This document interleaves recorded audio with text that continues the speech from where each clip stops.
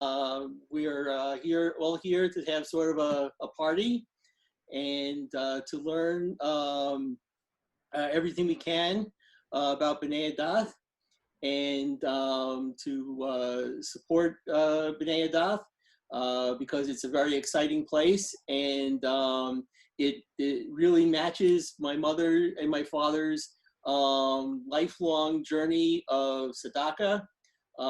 They brought us up to believe that charity and tzedakah are the most important things, one of the most important mitzvahs that we can do as Jews, and that this is a community that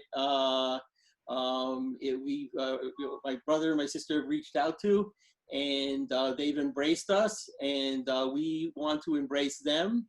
And we could think of no finer birthday present for my mother, because she's impossible to get things for, than to have a party celebrating a vibrant Jewish community in New York. And with that, I turn it over to Susan, because I just want everyone to celebrate. Well, I really agree with my brother completely. There's really nothing that we can get for my mother other than to kind of come together to celebrate her values. And, you know, she's been a real exemplar of tzedakah and giving for many, many years. I mean, like, it's really quite impressive when she goes through every year her checks and how many and what she does. And it's a real model for everybody in the family, and I think everybody elsewhere. And I just want to note, given what's going on in the world right now, that when we talk about giving tzedakah, we talk about giving charity and donations and money, but really tzedakah in Hebrew comes from the Hebrew word tzedek, which means justice. And chesed is more like giving kindness and charity, and yet we give tzedakah because to give tzedakah is to really increase justice. And given what's going on in the world right now, I think that's a very appropriate thought to have as we learn about this really interesting and very lovely and vibrant Black Jewish community. So Josh, why don't you tell us how you got involved with them?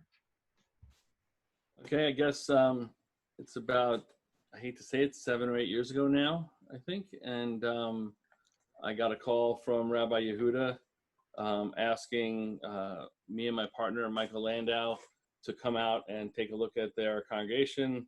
Their east wall of their sanctuary had collapsed, which is a story unto itself. And they wanted us to come out and take a look and see how we could help them rebuild their sanctuary. The picture behind me is what it looked like at that moment. And we came out there, and you know, we got there, and Rabbi Yehudah wasn't quite there yet, and the gentleman who was at the door, and my partner and I just thought that since they had a large opening in the back of their sanctuary, that it was a security situation, and they had somebody sitting out there, and the rabbi's not there yet. The gentleman said, "We'd love to walk you through," and we said, "We'll wait for the rabbi. We'll wait a little bit," and we walked around the outside, and finally we said, "Sure, let's go ahead. We'll walk in," and as this gentleman stood up, his tzitzit dropped down, and we realized that this was like no other congregation that we had ever visited before. And we walked into the congregation, we kissed the mezuzahs, we walked in, put on our yarmulkes, and started to look around. And then the rabbi joined us, and he was this just dynamic force. He embraces you and envelops you, and starts to talk about all the things they're doing in the community, the soup kitchen, the coat drive, and talks a little bit about who they are and what they do, and that they're a congregation of little means, but they do a lot with what they have. And normally when my partner and I leave presentations, we talk about how we're going to maximize the fee and how we're going to help the congregation, all that. And in this case, we walked out saying, saying we have to help them. There has to be some way that we can make this work to help them. And that started our journey working with Rabbi Yehudah. And then a few, I guess now 2 years ago, roughly, there was a fire and burned off the roof on the congregation. And at that point, I didn't really know who to get to help. So the first person I called was my sister. And I said, Susan, they need a lot of help. I don't know who to turn to. But I know there are some legal issues. There are some other issues. And I said to Rabbi Yehudah, I said, if my sister can't help, then at least she'll know who to get to help. And so I brought my sister into the conversation. And from there, we've had, a gathering of troops, so to speak. And I guess that's what brings us here today. Susan?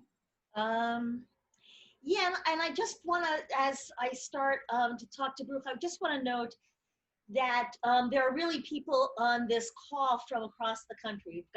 I'm looking right now at someone from Chicago, or a couple people from Chicago. I'm looking at some people from Austin, Texas. I'm looking from the Hamptons. We're in New York. I know if I just scroll the screen over, I'm going to see people from all around. I'm going to see leaders in the Jewish community. I'm going to see people who are helping with this. It's a really exciting group of people to see come together. And so I want to introduce everybody to Baruch Yehudah. So Baruch, you're the rabbi for Bnei Adath. Why don't you tell us about your connection to the congregation? I think that's really an important story. Okay, but first, before I do this, I just would like to say, happy birthday, Mother Zinder. God bless you. Thank you for allowing us to share your birthday. It is an amazing thing. I have to talk about that first, because this is amazing to me. You, as we talk, you will all understand why this is so amazing to me.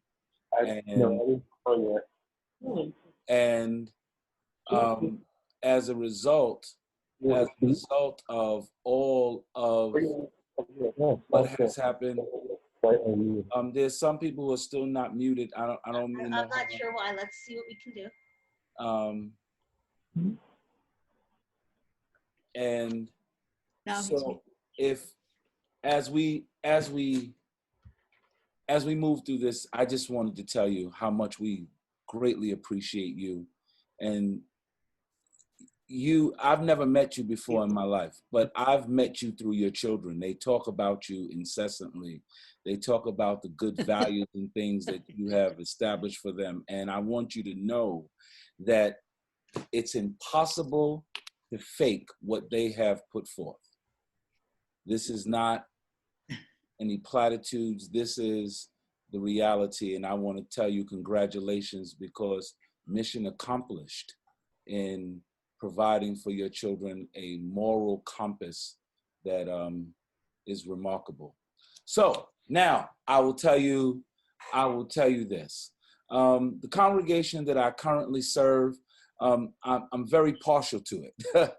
I was born there. When I say I was born there, I was born in 1969, and at that time, my mother had a cesarean section with me because I was, pretty big. And and so they kept her in the hospital until my 8th day. So when we left the hospital, my mother went home, and the rest of the family took me to Bnei Adath to have my Brit Milah. So when I met Josh, when we were talking about the makeup of the congregation, and I looked up and I realized that the chair that I sit on the bima in, is the very chair that I was circumcised in that building in 1969. And so yes, I was circumcised there. I was bar mitzvah there. I was married there. I got shmicha. My ordination and my shmicha took place there. I circumcised my own children there and hundreds of others. This place is more of my home than any place that I've ever lived. And it's, you know, Susan showed me a picture of a stained glass, and it startled me back into the reality of what we're dealing with. So yes, B'nai Adath is my home. And so I don't want anybody to not know that my love for it is unquenchable. So your parents brought you to B'nai Adath right out of the hospital. Tell me a little about your parents. And because I know your dad and your uncle were also rabbis in the congregation. Yes, my parents. It's very weird that, you know, in growing up, although none of them prescribed to Judaism as we know it today, their upbringing, things that they told me was remarkable. Like my father grew up in rural Louisiana in the 20s. He was born 1923. And, you know, when he came to find out about his Hebrew heritage, he told me that when they were children, although in the neighborhood, you know, there was a thing of, you know, you had to take your bath for Saturday night, for Sunday, going to church and so forth and so on. When all his friends could go out and play on Saturday, his family did not allow him to, because they said that was the Lord's day. And although we go to church on Sunday, we know that Saturday is the Sabbath, and they also did not eat pork in their home.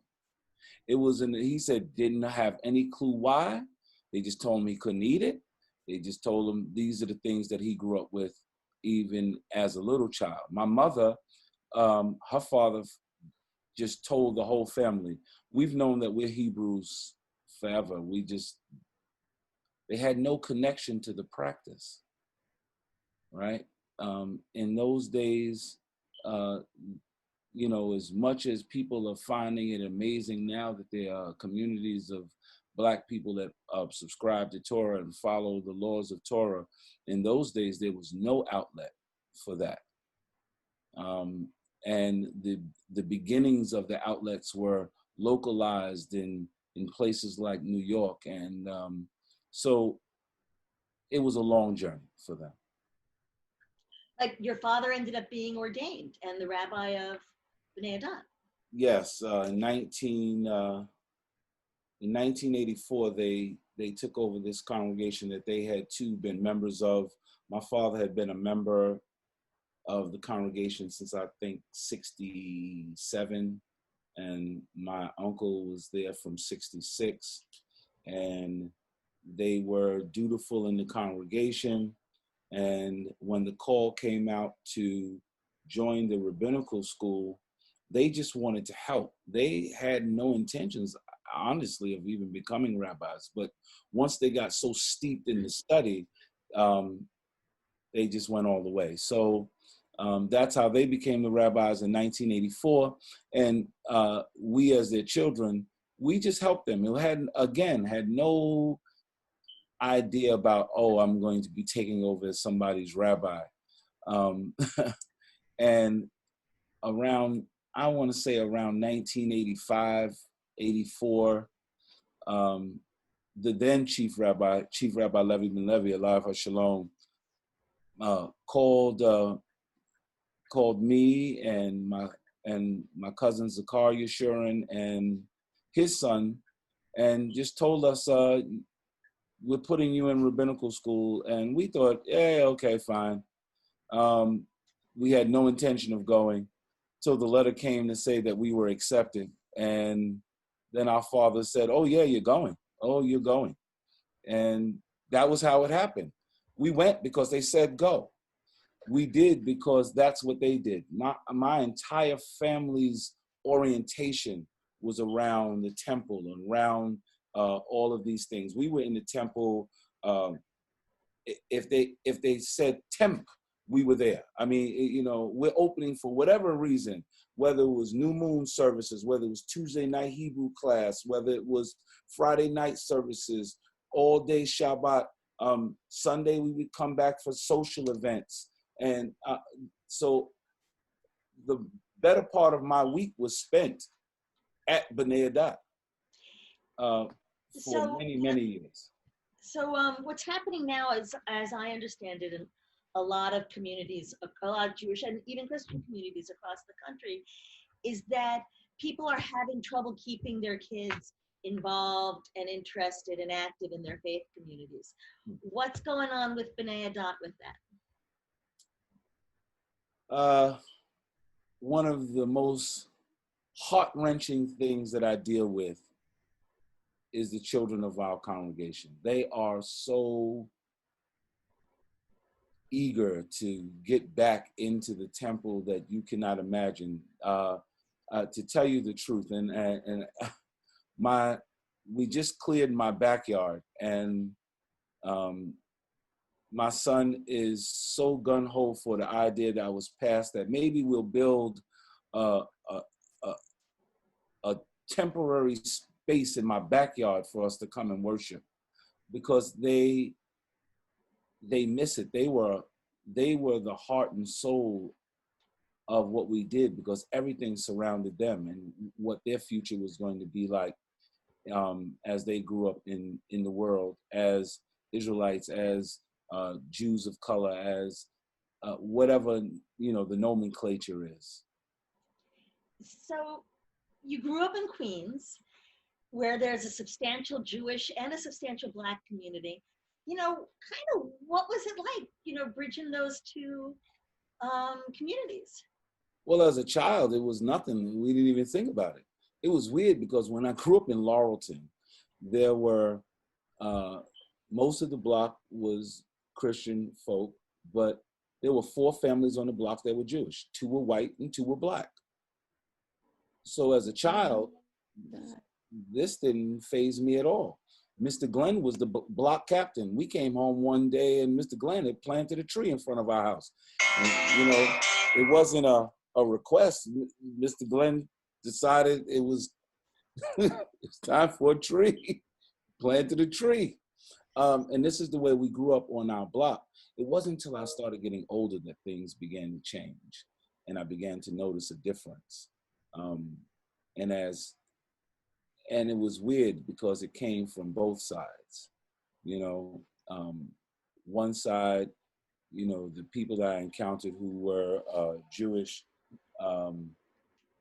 questioned, one person actually asked me, "How dare you talk about you're a Jew?" That was the exact words, "How dare you?" And I didn't even know how to answer that. I am who I am, and that's it.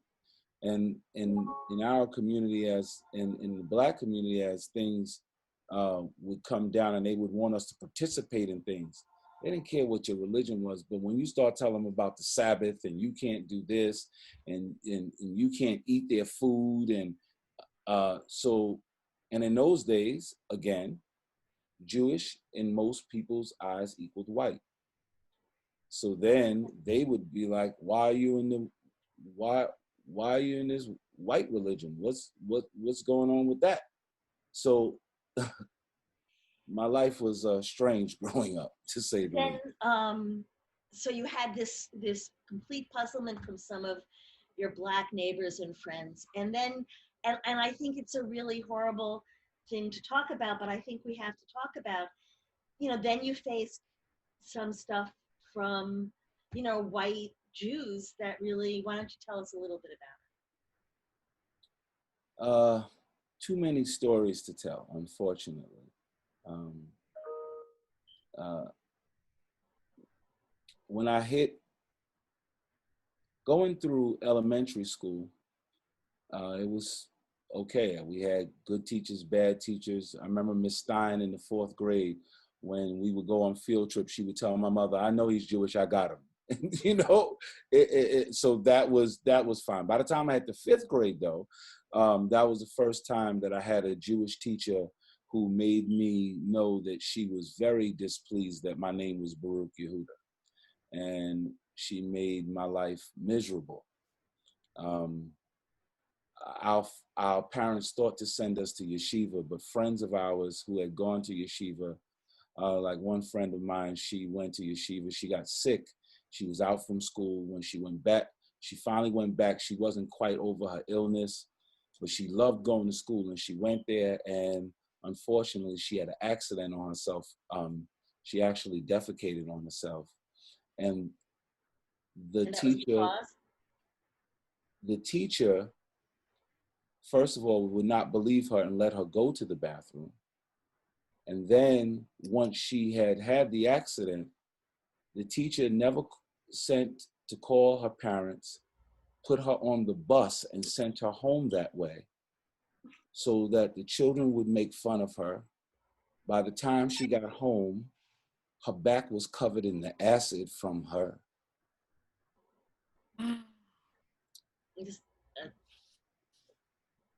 My parents decided that that wasn't the place to send us because it would not bode well for my father's temperament of dealing with his children. Because in the 6th grade, my gym teacher was a rabbi. And it was funny, he took my shirt, and when I finally convinced him my name was Baruch, he wrote my name in Hebrew on my shirt and asked me, could I read it? And I told him, of course I can read it. What do you mean, can I read it? And then he snatched off my kippah and flew it across the gym like a Frisbee. Well, when there's no accounting for people. There's no accounting for people. I know you marched in the anti-Semitism march a few months ago, and you were like right in the front. I mean, I remember you were there, and you were right in the front, as were members of your community were right in the front. I guess, before we move a little bit more into the Israelite movement and B'nai Adath, I just feel like we're talking at a time in history that's really important to acknowledge. And I was wondering if you had anything to say about kind of what's happening with the marches recently, what's happening with the impact of coronavirus on your community because of health disparities, if you wanted to comment at all on any of that. Well, as a rabbi, I look at it from the perspective of prophecy, and I am overwhelmed with what is happening, because even in my short lifetime, I recognize that this movement is different. People are, and I think it has a lot to do with the fact that we were under this pandemic, and people were able to see things that they weren't able to see before. We were still when we watched George Floyd being murdered. We were still. People got to see it. People could no longer say it didn't exist. As a Jew, my life wasn't any different growing up in these communities as any other of the people of the community. At one point, I was the administrative director of a private daycare and elementary school. And a friend had come to visit, and I walked her to her car, and we're talking, and you know how you leaned into someone's car, so I couldn't see what was around me. I'm dressed for school, suit and tie, dressed for school. And I hear the police officer say, "Put your hands up." And my friend actually grabbed me and she said, "Baruch, can you let somebody else look and see what's going on? Just talk to me." Because I've always been one of these people who I observe what's going on when it's in my community. I don't care who you are. But then the cop said it again with a few expletives. And so I stood up thinking that I was going to be looking at someone else, and the New York City Police Department lieutenant had his nickel-plated 9mm pointed at me. And he kept screaming for me to put up my hands. But when I looked to my right, the children were on recess and they were outside, and I refused to let them see me with my hands up like I was a common criminal. I refused. I told them I would not do it. You can see my hands. And then I did something that wasn't so smart. I walked on him to him, and I told him he had two choices: put the gun down or shoot me. Those were his only two choices. When they told me why, they told me it was because at the time I wore my mother's silver bracelets on my arm. And they told me it was because they thought the shiny silver bracelets might have been a gun. I find it, knowing you and knowing the kind of man you are, I find it so frightening and so disturbing. But I think people also need to know that, you know, you're 6'4". I mean, forget for a second your color. You're the only 6'4" rabbi I've ever met. And so for you to be a 6'4" black man where people insist on seeing black men as dangerous, you know, that fact alone can't help you. It's really, it's horrible. And it's really different from, you know, anything I grew up in. I mean, I grew up in a bubble, and I was very happy to grow up in my bubble. It was a very nice, comfortable bubble. Thank you very much, Mom. I was raised in the community synagogue in Sands Point, which is a Reform synagogue. I was, you know, vaguely aware that Jews lived all over the world, and Jews came in all shapes and colors. But in my experience at that point, the Jewish world was divided among Haredi, particularly Lubavitch and Satmar, Orthodox, conservative, and Reform, you know, 90% of whom were Ashkenazi. I mean, and definitely 90% of the people I knew were Ashkenazi. I think my parents had a friend of theirs who was born in Cairo, and his last name was Baruch also. And when I found out he was born in Cairo, I was like, that is the coolest, weirdest thing. And so in me, to the extent that there were Jews of color in my little brain bubble, you know, they were children of parents from mainstream movements. Maybe the parents had been in an interracial marriage. Maybe the children had been adopted. But your name translates to Blessed Jew, and you're the rabbi of Bnei Adath. And what's interesting as well is that the movement that you're part of was founded about 100 years ago, and that was right after the time that the United Synagogue for Conservative Judaism was founded, as kind of like an in-between the Orthodox movements and the Reform movements. So your movement is, you know, not Orthodox, not Reform. Your movement is Israelite. So let me ask a question. What's the difference between, in your mind, between the term Israelite and the term Jew? Well, the term Israelite is just purely biblical. And you have to understand when the founder of our community, the late Chief Rabbi Wentworth Arthur Matthew, Alav HaShalom, when he began to profess this understanding, please understand that all Jews in that era were called Israelites. This term Jew is not something that is antiquitous. It's relevant. It's happened in our century.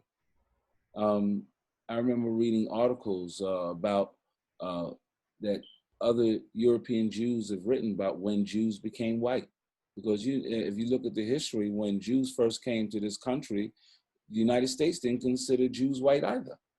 There was a concerted effort to move that into the mainstream and to make that so that there was no disparagement, so that so the Jewish people could have the ability for mainstream in the United States.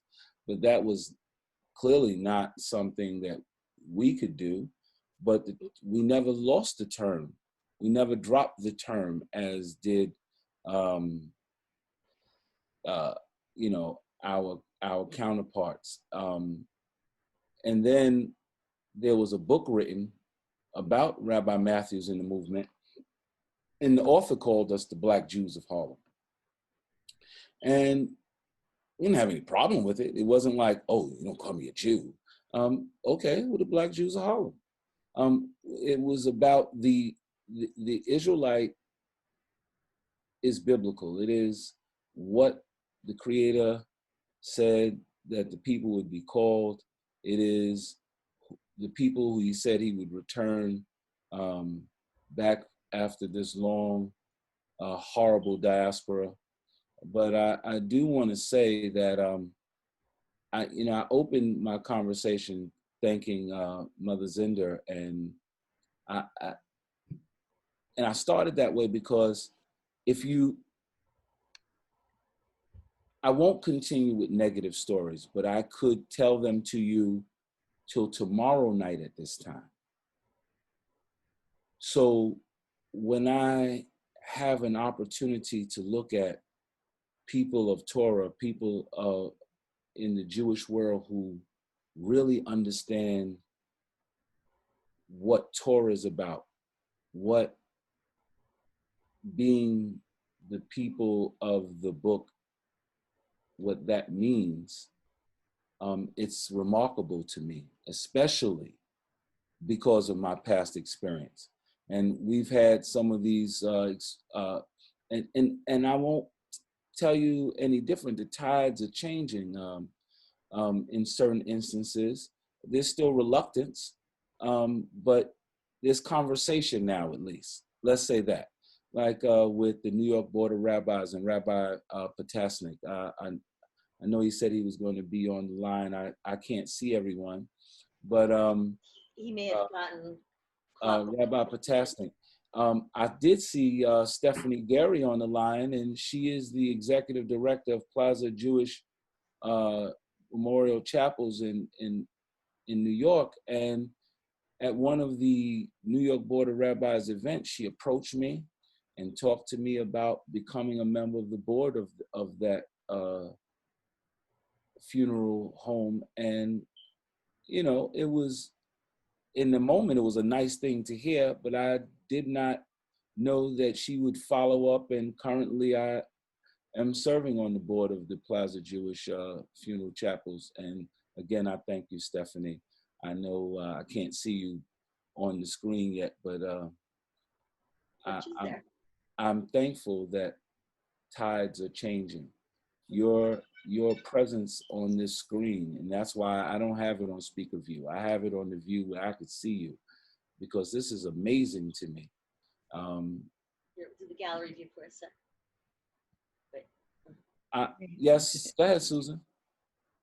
Okay, so just one question that I have for you, in that, you know, I fear, and I think maybe fear is the right word, that the term Israelite has a bad connotation now, given people who are using the term, but they're not you. And so I just thought you might want to kind of comment on the fact that they're not you. Well, you know, people who want to believe ill will believe ill. When David Koresh went out and did what he did, and Jim Jones and all the different special people that use Christianity as the bulwark for their insanity, I don't know why people find it so difficult to separate that there are people who use the term Israelite who do not understand the ideals of Torah. And unfortunately, I always find myself in a position where I feel I have to defend my community against these people. And frankly, that I don't feel the need to. They are not a part of our community. That's what I can tell you. And the Jews that, you know, when there are radical European Jews that will do things, everybody doesn't just say, well, oh my goodness, they use the term Jew. Those are individuals, and they have a premise. Our community was founded, we used the date 1919 because that was the official founding date of the first congregation. But clearly, Rabbi Matthews did not start the congregation in 1919. So from the early part of this century, this community has been growing, and this is not the first foray to try to, you know, be a part of the world Jewish establishment, if you will. But nobody wanted to hear that then. The only way that there was any kind of inclusion was this: you have to no longer be you. If you mimic who we are and you allow us to put you through conversion, then you can be a convert to Judaism.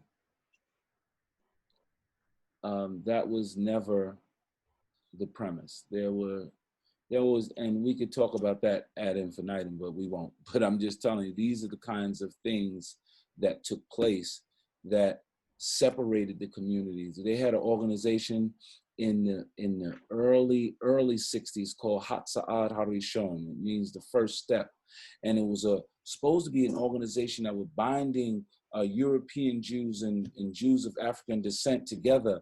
And they started all of these different programs. And then when they got into it, everything was halted, because then the argument was, again, who was going to take somebody through the mikveh? Who was going to say that this one had the right to be Jewish? Who was going to, and the community was not going to subjugate themselves to that, much like our family that came from Ethiopia. Although the chief rabbi of the Sephardic community, Avada Yosef, clearly stated that the Beta Israel were, you know, predated anything that they knew about Judaism, and that they were Jews of their own right and so forth. They're still going through particular hell in Israel. And the reality is that, and I'm glad we're in this climate where we could talk about it freely and no one prayerfully feels offended. It's really because the institutional racism that still exists. They can't see them the way they are. The only time they see them is when they become what their image of what a Jewish person is. You know, one of the things that most impressed me about B'nai Adath and you and the members of your community was when I went for services, I think a year and a half ago or so, and there was that man, Naftali, and I really have to describe Naftali for everyone. He's this tall, thin man. You see a photo of him on their website with his arm around his very short wife. So you have this tall, skinny black man, his arm around his very short wife. It's a very sweet photo. And during the service, there came the point where you were taking the Torah out and you were putting it back, and he was leading the procession. And in all the services I've gone to throughout my life, and all the times I've sat in synagogue, I've never seen anyone hold the Torah with such a sense of love and pride and ownership and personal dignity. I mean, he just blew me away. So I really have to say, yeah, you know, if people who see you see that you are within on Yisrael, And there's just no, in my mind, if they don't see that of you, they don't see you. But speaking of that, and we're going to get into more about B'nai Adath in a minute, Rabbi Matthews founded the Israelite Board. And can you kind of describe it? I mean, I think of movement organizations. I mean, I serve on the board of USCJ, so I think of it that way, or I think about URJ. And I was wondering if you could describe it just for a little bit. Okay, Chief Rabbi Matthews was a theologian and scholar, and as he got better understanding and he connected with people from Beta Israel, at the time they were falsely referred to as the Falasha. All of the points began pointing in one direction. He was a part of the Garvey movement, and so was his counterpart, a man by the name of Rabbi Arnold Josiah Ford, who was the musical director for the UNIA, which was the Garvey movement. And as they began to understand and they began to talk theology and history and placement, it was clear to them as theologians that the people that have been described, the Israelites that had been described in the Torah, particularly in the portion of Devarim or Deuteronomy in the 28th chapter, that this is who we are. We had gone through every one of the dictates that are in that chapter, and this is who we were. And then as other things began to come into play, you will find there's a book called The Hebrewisms of West Africa, where they talk about how all of the people, the Ashanti and the Igbo and the Igbo, they are, their culture and their heritage is steeped in Torah. It is just who they are. And those are the people primarily on the west coast of Africa, where the West Coast slave trade happened, et cetera, et cetera. So all of the dots began to come together. And as he forged the community, 6 years later, what was happening, the community was growing so big, he needed to begin to train more rabbis to go forth and be able to lead communities. And so he started in 1925, he started the Ethiopian Hebrew Rabbinical College. And just to give you a little backside on that, everything at the time was, we were known as Ethiopian Hebrews. And it was because in the United States, Rabbi Matthews, although he had achieved all of these academic degrees, no one would give him shmika. And it was, and that didn't change for a long time, but it was through the country of Ethiopia and through signatures of the Beta Israel and the authorities of Ethiopia that Rabbi Matthews gained shmika. And then he was able to come back here and preside as the rabbi over. And if you remember, at that time, Ethiopia wasn't this quiet country that it is now. It was a major player on the world stage. So no one really fought back about it too much, because they could still come here and say, you're not real, you're fake, you don't exist, we're not going to acknowledge you. And for Rabbi Matthews, although he tried, and I mean, they would have him come and speak at B'nai Brit conferences and all that, because they were very curious. Who was this man who was leading all of these people in New York, in Chicago, in Ohio, all of these different places? Who was he? So, for years he went around touring, but that did not move anybody to change their position on who and what we were. Even today, I'll tell you, one of our more renowned rabbis, Rabbi Hailu Paris, he went through Yeshiva University. He taught in Yeshiva University. He taught their rabbis. but they would not give him shmika.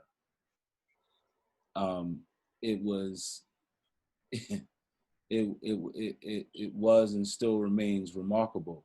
And when I became the dean of our academy, and Rabbi Paris was there, my first act as dean was to make him Rosh Yeshiva, because there wasn't a question that I ever asked him about anything in Jewish history and world history that he couldn't answer. And it was his answers were always whole entire lectures. It was just remarkable, the information that he was able to give. Yeah, so that's how that happened. So we're talking about the Israelite board, and I just note that the chief rabbi of the Israelite board, Rabbi Funye, is on the call, and Rabbi Funye, thank you very much.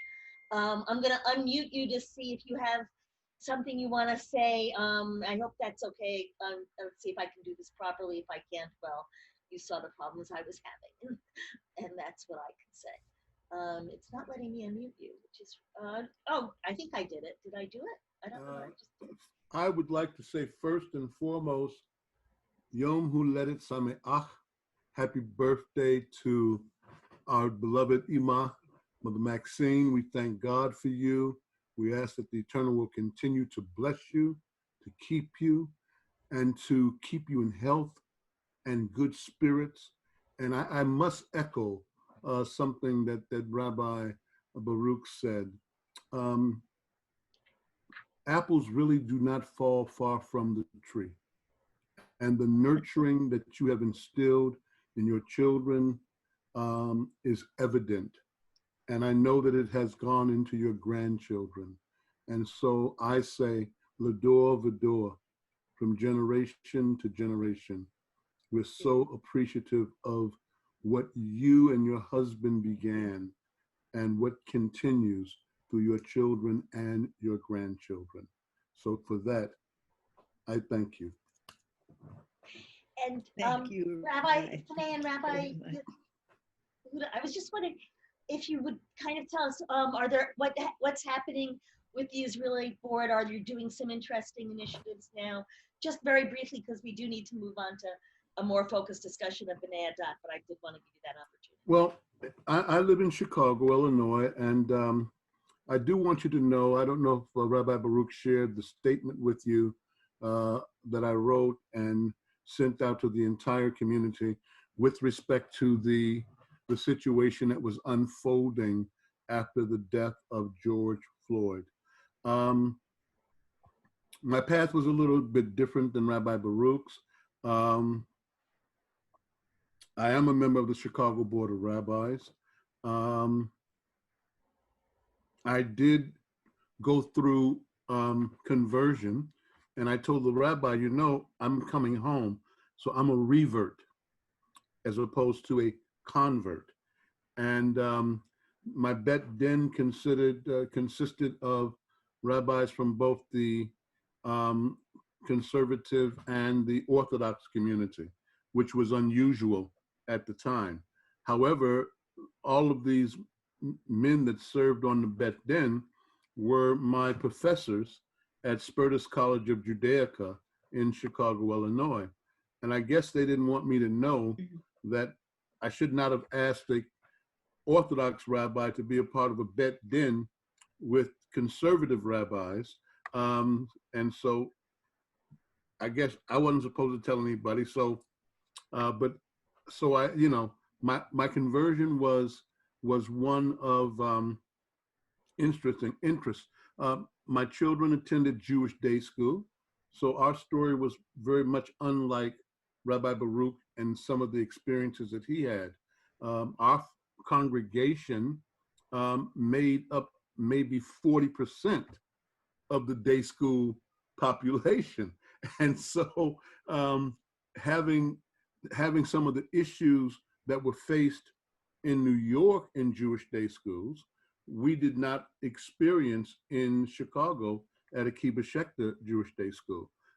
As a matter of fact, I was the head of the curriculum committee, and I hired I oversaw the committee that brought in a principal that served the community, the school, for many years. But B'nai Adath is important to the Jewish world. It is important to the Jewish world because it says that we are all the same, but we may not look the same. But that does not remove us from being the same. Having the same love of Torah, having the same love of mishpachah, of our families, of giving to our families within the context of a giving and loving relationship. There is no difference. There is absolutely, unequivocally no difference between Jews of all stripes. And so I like to say when I speak to sometimes that I have the same Shema and the same Amidah that you have. Mm-hmm. The melody may be a little different, but it's Melody may be nicer sometimes. It's the same Amidah. It's the same Shema. So again, I want to thank you, Susan, for inviting me, and for particularly, I mean, your mother is looking good. My mother is looking good. There is no question. Thank you. So, Baruch, we've talked about how good my mom looks, which is absolutely a fact. We've talked about your family and your history in the Israelite movement. You know, tell us about your congregation, your building, B'nai Adath. Tell us about B'nai Adath. Well, B'nai Adath, as Josh will be able to tell you, you can see the picture behind Josh. The sanctuary could seat something like let me say this. By regulation, it was supposed to seat 600 and some odd people.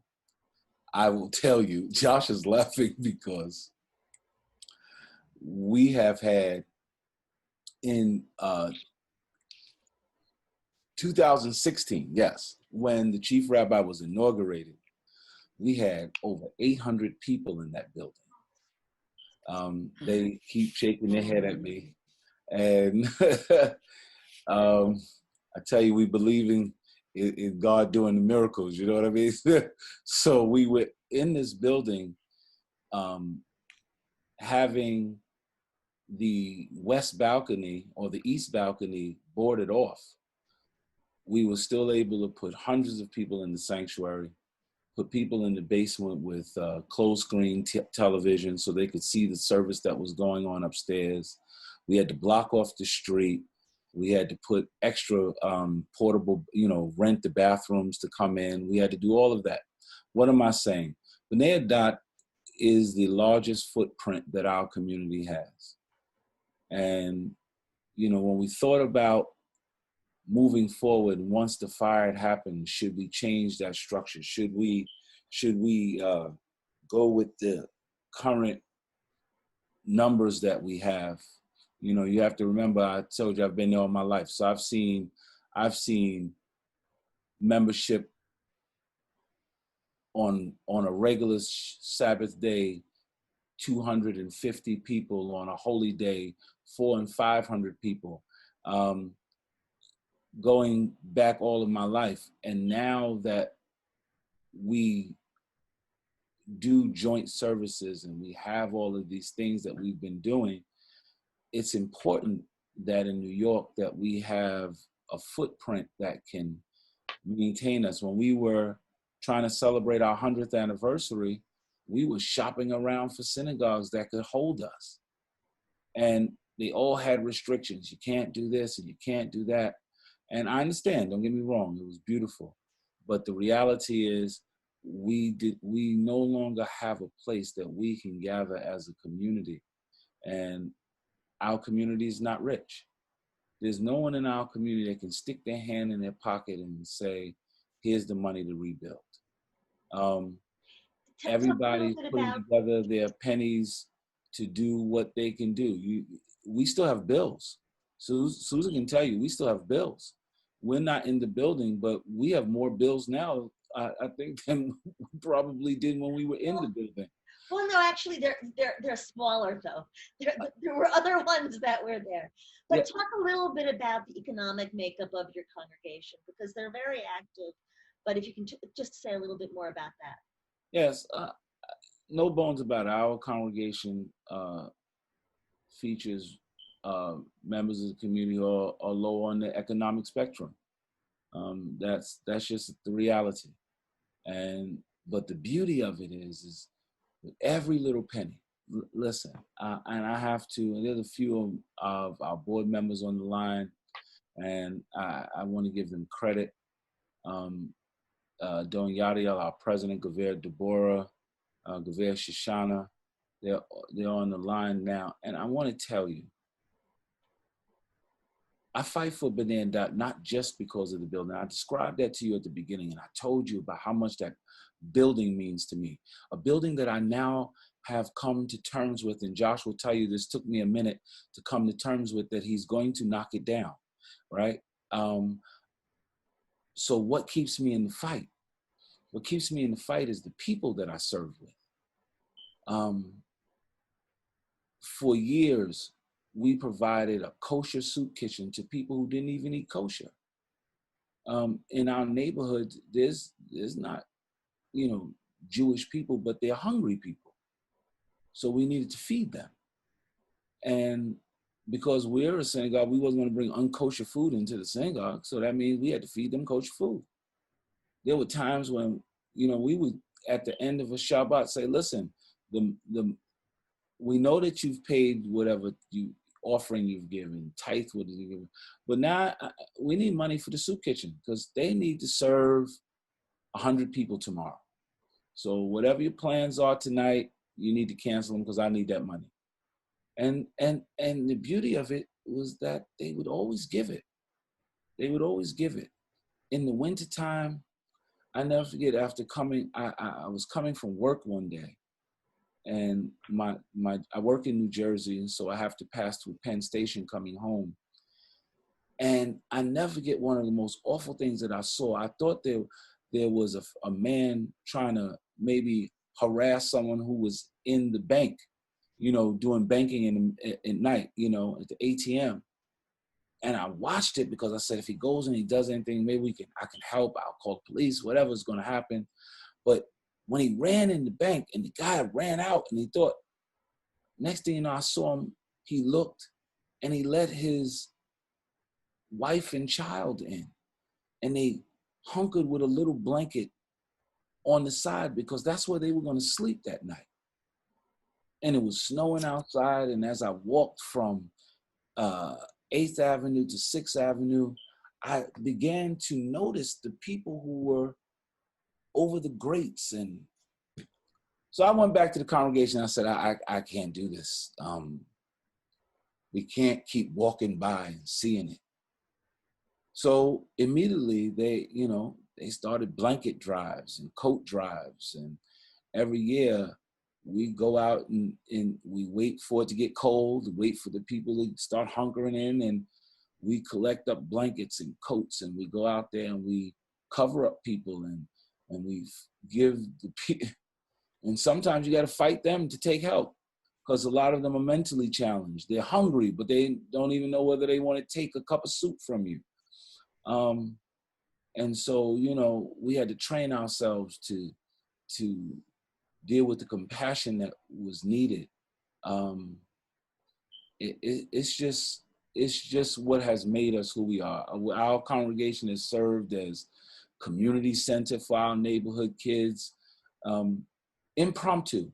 One day we were outside and we were like, how can we help? And they were like, we have nothing to do. We have no place to go. And they don't take care of the parks and they don't do this. So we just opened up the temple and allowed them to come in there. We had some games. We had some ping pong and it became the community center.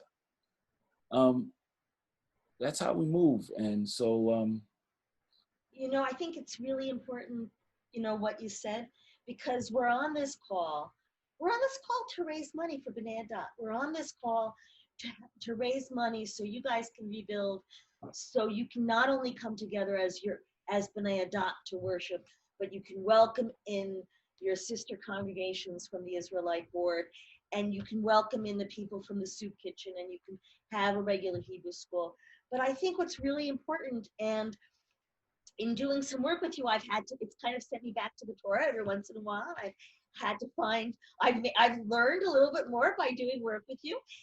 And there is that commandment that you have to do according to what you can do. So that it's not just that you're asking for tzedakah. It's not that just that you're asking for chesed. Your congregation gives it at every opportunity. And I think that's a really important thing. People, say, oh, the dues are too high, or this is too high, or I don't want to belong to a synagogue. Or, none of that is an issue. You guys do what you can do with what you have. And, it blows me away.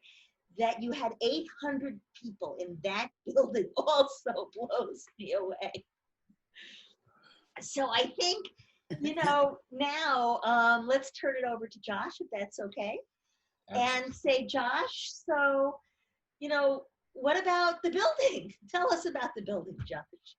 Okay, so I'm going to share my screen for a moment. Okay, everyone should have an image of B'nai Adath up on their screen. So the structure was built in the 1760s approximately, and it was built as a Trinity church, and it operated that way for about 100 years. And in the 1860s, sometime, another synagogue took it over, and they occupied it for roughly 100 years. And in the 1960s, B'nai Adath purchased the building, and within a few years, they owned the building outright. And Rabbi Yehudah can tell you that story another time, I guess. But the building, as it was, could seat, somewhere close to 900 people in pews on one level, and that 900 includes the balcony as well. And where this whole process started, as I mentioned earlier, was when my partner and I, Michael Landau, came and visited, and this is what we saw. And there were emergency structural repairs. There was some construction work that was done on their roof, and during that work, when the roofer left, they decided that they didn't like Jews and they didn't like blacks, and so therefore, they would take something from them, and so they peeled off the copper flashing off the eastern wall. If everyone can mute there, because we're getting feedback. They pulled off the copper flashing off the eastern wall. It allowed the water to fill up with water, and because the wood was so old, it rotted out the bottom of the timbers. The east wall collapsed by about 1.5 feet, and it took the ceiling of the sanctuary with it when it went. Structurally stabilized. We came in, and as I mentioned before, Michael and I looked at this congregation that really had nothing and very little, and how much they give to their community, and we felt we really had to help.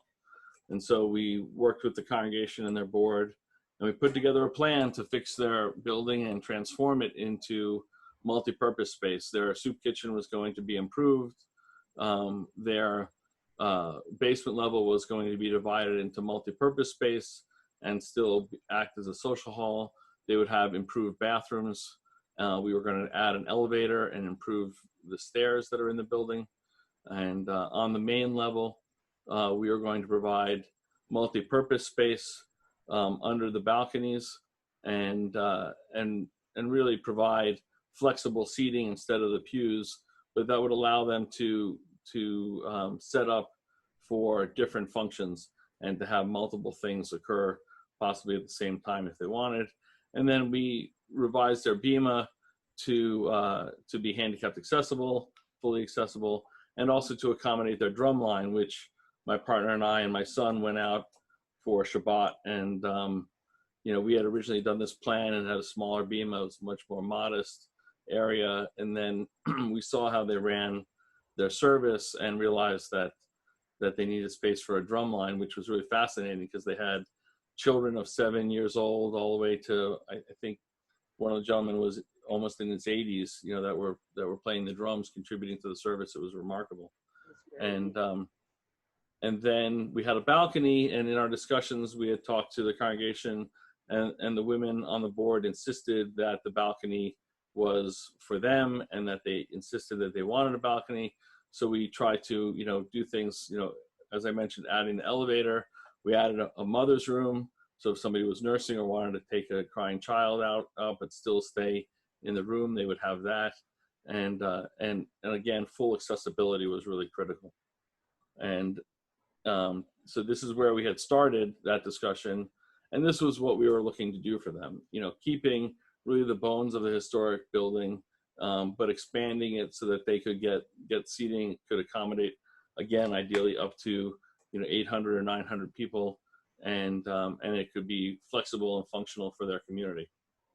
And this was the goal, and this was the dream, and we were doing our best to help them along this path when this happened. And it was on the news. It was devastating. And the fire, there was another roofer that was working on the building, and the work that he did, he torched through the asphalt shingles into the timbers that were hundreds of years old, very dry, and it went up very quickly. It's really, really horrible. So now the challenge is what to do. There was no insurance at the time, and if you're going to salvage a building, structurally it has to be sound enough. We had structural engineers come in, and the building is not really salvageable, despite our wishes that it might be. And confronting the challenge here is the building right now needs to be demolished. Without the insurance, we can't get somebody to do the demolition. Without the demolition, we can't get somebody to insure it. It's also horrible catch-22. And so right now, the congregation is looking for base funding in order to be able to move this forward, to get past this next step. Now, the path that this looks like, it just looks horrible. Like there's nothing, that they can do. However, we live in a world where there are always options, and we've done extensive studies, and we determined that their property does have a fair amount of value, and it has value, certainly sentimental value for the congregation. So they do not want to sell this property and leave this place. This place is critically important to them. At the same time, it has value from a development perspective. And the property, as it stands now, we could build a new synagogue along with roughly 30,000 square feet of additional space for apartments in the zoning that exists now. We've also spoken to the city, and we can alter the zoning to make that closer to 60,000 square feet of space. So there's a future that the congregation can get a new synagogue and a really new vision for who they can be, because the goal is, and right now this is where we are, so this is the zoning as it is now, and then if we added on and went with the zoning change, this is the potential for the building on the site. And at the basement level, at the first floor, basement level, and second floor would be the synagogue. And the synagogue, in this path, the goal is to send out an RFP, get developers interested, and set it up so that there's a financial, stream of money coming in from the development, and it creates a financial sustainability for the congregation's future. And so even though they are of modest means, their membership, the apartment building that could be nested around them would allow them to provide financial future for themselves. And it would also allow them to continue all the good works that they do in the community. So this is still the vision. Whether or not it's exactly this, this is the vision, and this is the goal of where we're hoping we can help them get to. And this is, certainly congregation has been a passion for me for the last 8 years or so, and my sister for the last 2 years. And I've dragged my mother through the entire process all the way through. So I suppose it's been a passion for her as well. Susan? And so, and I think David sees how passionate we are about them, and he is too. So here's the thing, it's really a wonderful thing that we've come together to learn, but learning right now just isn't enough. It is my mother's birthday. She deserves all sorts of birthday presents, and the presents that we can give are donations. But what B'nai Adath really needs right now is an awareness that they're there and they are within Yisrael. I mean, we easily have no problem seeing the Satmar who are anti-Zionist and really kind of are, go back to a European perspective that's really old, and we have no problem saying, well, they may not be me, they may not look like me, but they're within Yisrael. And there is no reason that we cannot say that about B'nai Adath and the other synagogues within the Israelite board. And I think we need to also let people know that, and we need to let them know that we see them that way. They don't just need donations rather, they need context.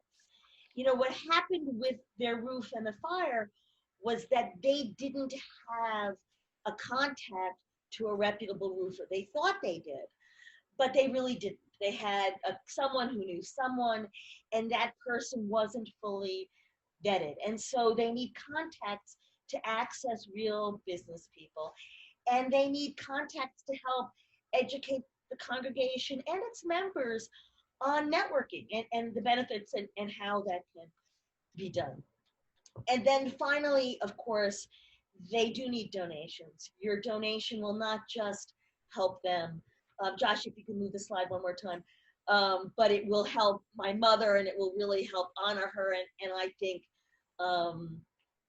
think my mother is a keeper and worthy of honor. And I think that B'nai Adath reflects the values that she's taught us of an engaged Jewish life, an engaged life of seeing people, for who they are as best as we can. And no one does it all the time, and no one can always do it, but you really try to see people. And when you see B'nai Adath for who they are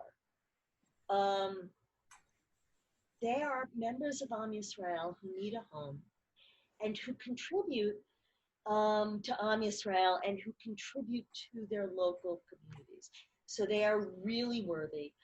There's lots of places where we send money and it goes to big corporate offices, and that's not going to happen here. So, Mom, do you want to say something? Because it's your turn now. I do, but I can't see myself, and I can't see you either. Hold on, I can see you. Bear with me. I'll pin you, and everybody will see you. I can stop sharing, and I'll bring this back. Stop sharing, Josh. There she is. Okay, I can talk. I couldn't talk to that screen. I am honored and humbled.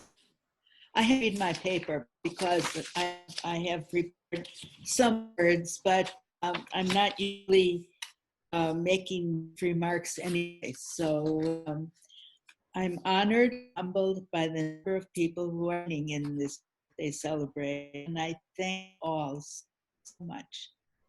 And wait a minute, plug myself here. Okay.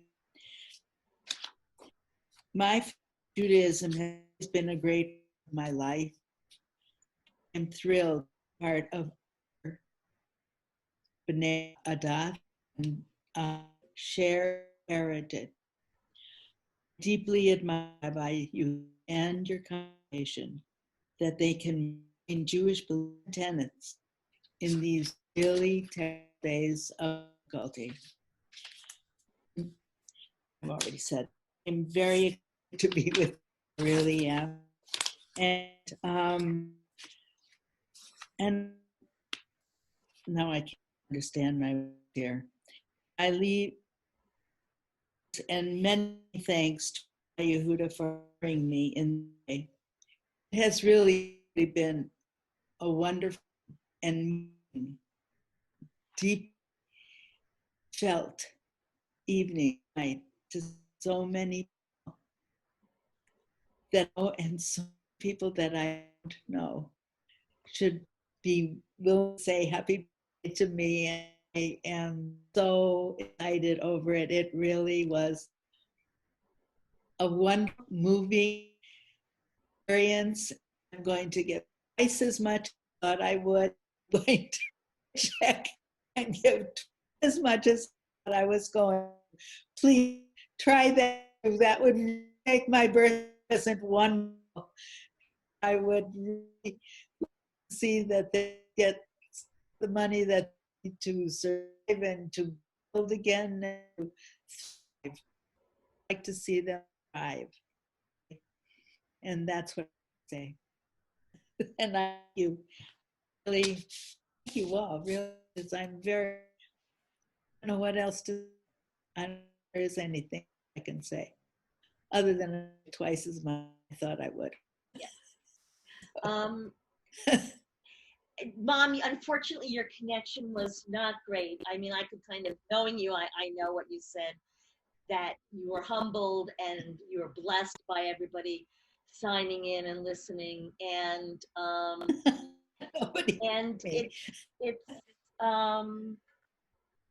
it's a good thing. And your support of B'nai Adath and your support of your kids' involvement with B'nai Adath and your support of your kids, you are well worthy of an excellent birthday present and a donation.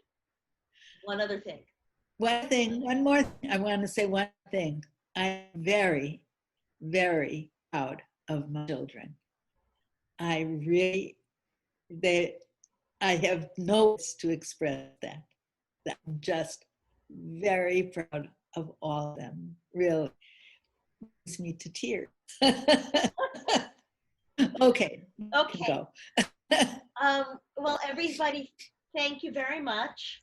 And I'm gonna unmute everybody so you can kind of visit around. And thank you. Can I share my screen with the information, Susan? Yes, please do.